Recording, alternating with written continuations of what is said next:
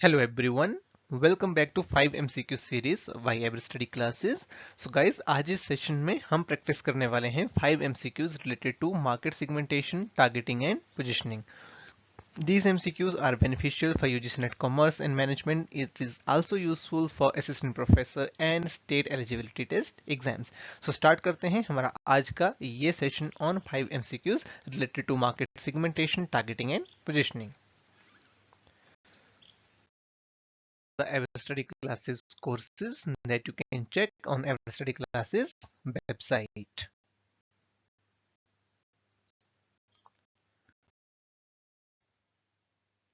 So first question is on your screen now. The question is, सबसे पहले assertion हमें यहाँ पर दी गई है in the digital age segmentation, targeting and positioning, जिसको हम short में STP भी बोलते हैं, remain pivotal for companies striving to maximize their market penetration and brand resonance. तो assertion में यहाँ पर बोला जा रहा है कि digital age में जो segmentation है, targeting है, positioning है, वो still that is pivotal because companies are trying to penetrate the market and maximize brand resonance. और उसका रीजन दिया हुआ है कि with the abundance of data available through digital channels, companies can effectively segment their audience, target specific segments with tailored messages and position their offering uniquely to meet diverse consumer needs. So आपको बताना है कि इस question का right answer क्या होगा.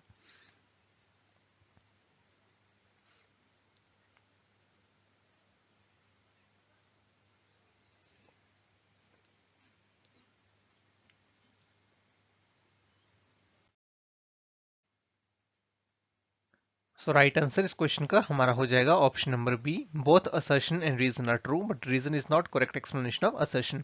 एक बार पढ़ने में आपको लगेगा कि जो रीजन है वो असर्शन को एक्सप्लेन भी कर रहा है but is not explaining the assertion completely. Partially ये एक्सप्लेन कर रहा है but it is not explaining the assertion completely. Right. So देखिए यहाँ पर सेशन में बोला जा रहा था कि जो डिजिटल एज है उसमें segmentation, targeting, positioning still relevant है क्योंकि कंपनीज मैक्सिमाइज करना चाहती हैं अपने मार्केट को. They want to maximize the brand resonance. और रीजन में बोला जा रहा है क्योंकि हमारे पास आज की डेट में डेटा अवेलेबल है. राइट. सो कंपनीज जो हैं वो अपनी टारगेट ऑडियंस को, जो भी उनकी टारगेट ऑडियंस है उसको इफेक्टिवली वो टारगेट कर सकते हैं with a tailored message. Right. और जो भी उनकी ऑफरिंग्स हैं उनको पोजिशन कर सकते हैं effectively to meet the diverse consumers needs. तो रीजन भी हमारी आइसोलेशन में सही है but it is not completely explaining the assertion. इसलिए हमारा राइट आंसर यहाँ पर हो जाएगा option number B. Both the assertion and reason are true and reason is not correct explanation of assertion. Right.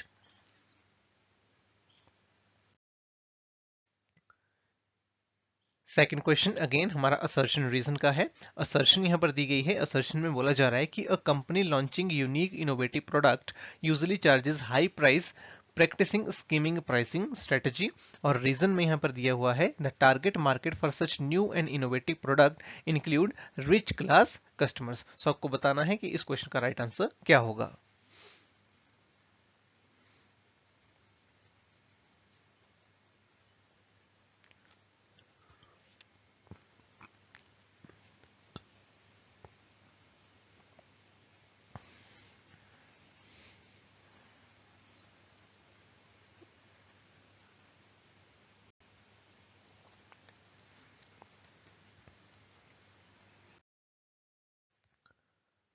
So right answer इस question का हमारा हो जाएगा option number A which is both assertion and reason are true and reason is the correct explanation of assertion. So देखिए assertion में बोला जा रहा है कि कंपनी जो है वो यूनिक इनोवेटिव जो प्रोडक्ट्स होते हैं उनको लॉन्च करते वक्त कई बार हाई प्राइसेस चार्ज करती है और इसको बोला जाता है स्कीमिंग प्राइसिंग स्ट्रेटजी. तो जो असर्शन है हमारी ये बिल्कुल यहाँ पर करेक्ट है. स्कीमिंग स्ट्रेटजी हमारी यही होती है कि जब एक particular company unique innovative products को लॉन्च कर रही है they charge the high price from the customers. क्यों वो हाई जो प्राइस है वो चार्ज करते हैं क्योंकि इस तरह के जो इनोवेटिव और न्यू प्रोडक्ट्स होते हैं जनरली उनको कौन बाय करता है, जो रिच क्लास कस्टमर्स होते हैं. राइट. जो हाई इनकम ग्रुप होता है वो इन प्रोडक्ट्स को परचेज सबसे पहले करते हैं. इसीलिए कंपनी जो है वो स्कीमिंग स्ट्रेटजी का यूज करती हैं when they launch the unique and innovative products. तो इसलिए हमारे यहाँ पर असर्शन और रीजन दोनों ही ट्रू हैं and the reason is the correct explanation of assertion. Right answer would be option number A.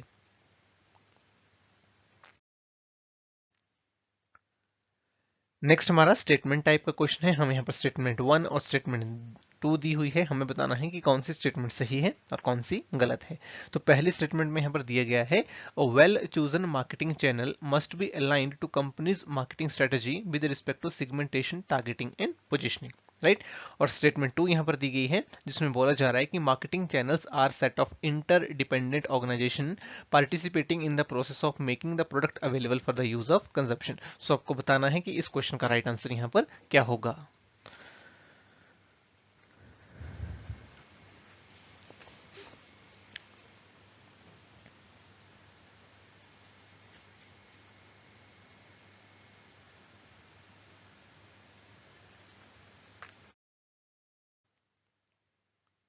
So right answer इस क्वेश्चन का हमारा यहाँ पर होगा ऑप्शन नंबर ए, यानी कि both 1 and 2 statements are true, दोनों ही स्टेटमेंट्स हमारी यहाँ पर ये सही हैं, राइट। तो देखिए स्टेटमेंट 1 में बोला जा रहा था कि well chosen marketing channel must be aligned to company's marketing strategy. तो जो भी हम मार्केटिंग चैनल चूज करते हैं कि जिसकी हेल्प से हम कंज्यूमर तक पहुंचेंगे, वो कंपनीज की जो मार्केटिंग स्ट्रेटेजीज होती हैं उससे अलाइन करना चाहिए, ये बिल्कुल सही बात है। With respect to segmentation, targeting and positioning, यानी कि जो भी आपकी STP स्ट्रेटेजी है, जो भी आपकी सेगमेंटेशन, टारगेटिंग और पोजिशनिंग की स्ट्रेटेजी है, उसके अकॉर्डिंग ही आपको मार्केटिंग चैनल जो है वो एक तरह से सिलेक्ट करना है। तो ये बिल्कुल यहाँ पर सही बात है, राइट। और स्टेटमेंट 2 में बोला जा रहा है कि जो मार्केटिंग चैनल्स होते हैं, there are set of interdependent organisation, कुछ ऑर्गेनाइजेशंस होती हैं जो पार्टिसिपेट करती हैं in the process of making the product available to the target audience, की जो हमारा प्रोडक्ट है वो हमारी टारगेट ऑडियंस तक पहुंच जाए, उसके लिए जितने भी ऑर्गेनाइजेशंस मिलकर काम करती हैं उनको मार्केटिंग चैनल्स बोलते हैं। And these organisations are interdependent, ये एक दूसरे के ऊपर डिपेंड करते हैं, इसलिए हमारी स्टेटमेंट 2 भी यहाँ पर करेक्ट हो जाएगी। Right answer will be both statement 1 and 2 are correct.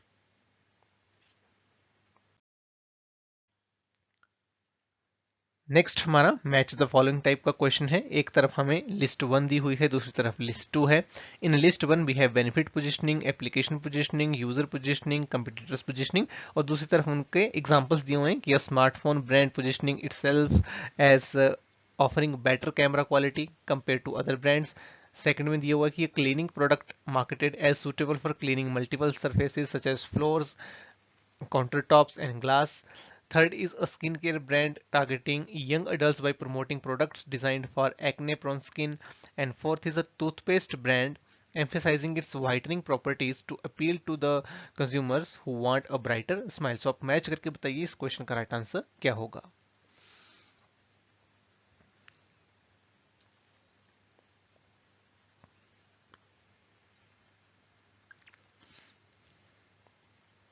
तो देखिए वन बाई वन हम यहाँ पर लिस्ट 2 में जो एग्जाम्पल दिए हुए हैं, इन एग्जाम्पल्स को समझेंगे और ये जानने की कोशिश करेंगे कि किस टाइप की पोजिशनिंग की बात यहाँ पर हो रही है। तो सबसे पहले देखिए बोला जा रहा है कि smartphone brand positioning itself as offering better camera quality compare to other brands. तो एक स्मार्टफोन की ब्रांड है, वो खुद को इस तरह से पोजिशन कर रही है कि उनके फोन में जो कैमरा है वो दूसरी ब्रांड से बेटर है। तो इसको हम क्या कहेंगे, very simple, this is competitors positioning, right. Second example में बोला जा रहा है कि cleaning product marketed as suitable for cleaning multiple surfaces such as floors, countertops and glass. तो एक क्लीनिंग हमारा प्रोडक्ट है जो मल्टीपल जो सर्फेसेज हैं उनको क्लीन कर सकता है, राइट। तो इसको हम कौन सी पोजिशनिंग बोलेंगे, it is application positioning, right, क्योंकि काफी वाइडर एप्लीकेशन यहाँ पर प्रोडक्ट्स की हैं, तो it is called application positioning, right, जहां पर हम ये बता रहे हैं कि मल्टीपल एप्लीकेशन हैं हमारे इस पर्टिकुलर प्रोडक्ट की। इसके बाद देखिए यहाँ पर बोला जा रहा है कि ये skin care brand targeting young adults by promoting products design for acne prone skin. तो एक स्किन केयर ब्रांड है जो यंग अडल्ट्स को टारगेट कर रही है। किस तरह से टारगेट कर रही है कि हमारा जो पर्टिकुलर प्रोडक्ट है this is for the acne prone skin. तो इसको हम बोलेंगे यूजर पोजिशनिंग, बिकॉज एक पर्टिकुलर यूजर ग्रुप को हम यहाँ पर टारगेट कर रहे हैं which are the young adults. And fourth में एग्जाम्पल में यहाँ पर बोला जा रहा है कि toothpaste brand emphasising its whitening property to appeal to customers who want a brighter smile. तो इसको हम क्या बोलेंगे, इट इज बेनिफिट पोजिशनिंग। यहाँ पर एक आपको बेनिफिट जो है वो बताया जा रहा है कि हमारे प्रोडक्ट का बेनिफिट क्या है। Benefit is that you will get a brighter smile, you will get whitening teeths, right. तो इसलिए इस क्वेश्चन का हमारे यहाँ पर राइट आंसर हो जाएगा ऑप्शन नंबर डी।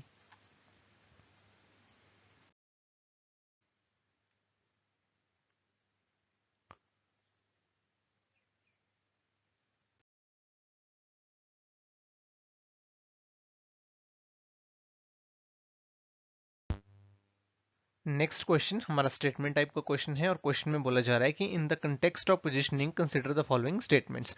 तो चार स्टेटमेंट्स यहाँ पर दी गई हैं। पहले स्टेटमेंट में बोला जा रहा है कि positioning is the process of creating a distinctive image और आइडेंटिटी फॉर ए प्रोडक्ट और brand in the minds of consumers. Statement 2 is effective positioning requires understanding of competitive landscape and identifying opportunities to differentiate the product और brand from competitors. Third statement में बोला जा रहा है कि positioning is solely about manipulating consumer perceptions and does not necessarily reflect the actual characteristics or attribute of the product or brand. And fourth is positioning strategy should maintain static over time to maintain inconsistency and avoid confusing consumers. So आपको यहाँ पर बताना है कि जो positioning का nature है उसको कौन सी स्टेटमेंट्स यहाँ पर एक्यूरेटली रिफ्लेक्ट कर रही हैं। सो बताइए क्या होगा इस क्वेश्चन का राइट आंसर।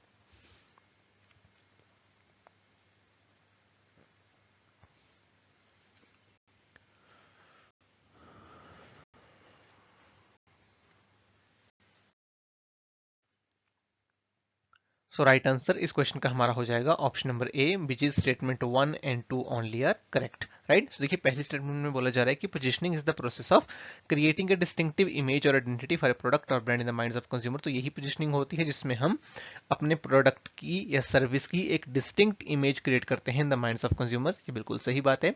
सेकंड स्टेटमेंट हमारी कह रही है कि जो इफेक्टिव पोजीशन है उसके लिए जरूरी है कि हम अपने कंपिटिटिव लैंडस्केप को समझें, राइट, अपॉर्चुनिटीज को आइडेंटिफाई करें और अपने प्रोडक्ट या ब्रांड को डिफरेंशिएट करें फ्रॉम द कंपटीटर्स। तो ये भी सही स्टेटमेंट है।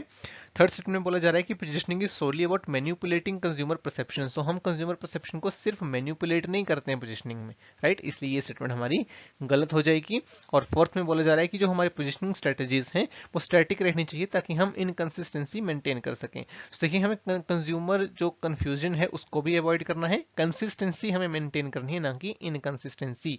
और जो हमारी पोजीशनिंग स्ट्रेटजीज हैं वो over the period of time same रहनी चाहिए, लेकिन अगर जरूरत पड़े, अगर हमारा बिजनेस एनवायरनमेंट चेंज हो रहा है तो उसके अकॉर्डिंग हमें अपनी पोजीशनिंग स्ट्रेटजीज को भी चेंज करना पड़ेगा। तो इसलिए हमारी फोर्थ स्टेटमेंट यहां पर गलत हो जाएगी। Right answer will be option number 1, only statement 1 and 2 are correct. अब है आपके लिए एक homework and the homework is bank of Baroda is offering high rate of interest on fixed deposit to senior citizens 60 years and above. Which type of pricing bank is practising. तो आपको बताना है किस टाइप की जो प्राइसिंग है यहाँ पर बैंक जो है वो प्रैक्टिस कर रहा है और इसका आंसर आप करेंगे कॉमेंट सेक्शन में। सो ये था हमारा आज का सेशन जिसमें हमने सेगमेंटेशन, टारगेटिंग और पोजीशनिंग से रिलेटेड 5 MCQs को प्रैक्टिस किया। आई होप आपको ये लेक्चर काफी पसंद आया होगा और आपने यहाँ से बहुत कुछ सीखा होगा। Thanks for joining, wish you all the very best.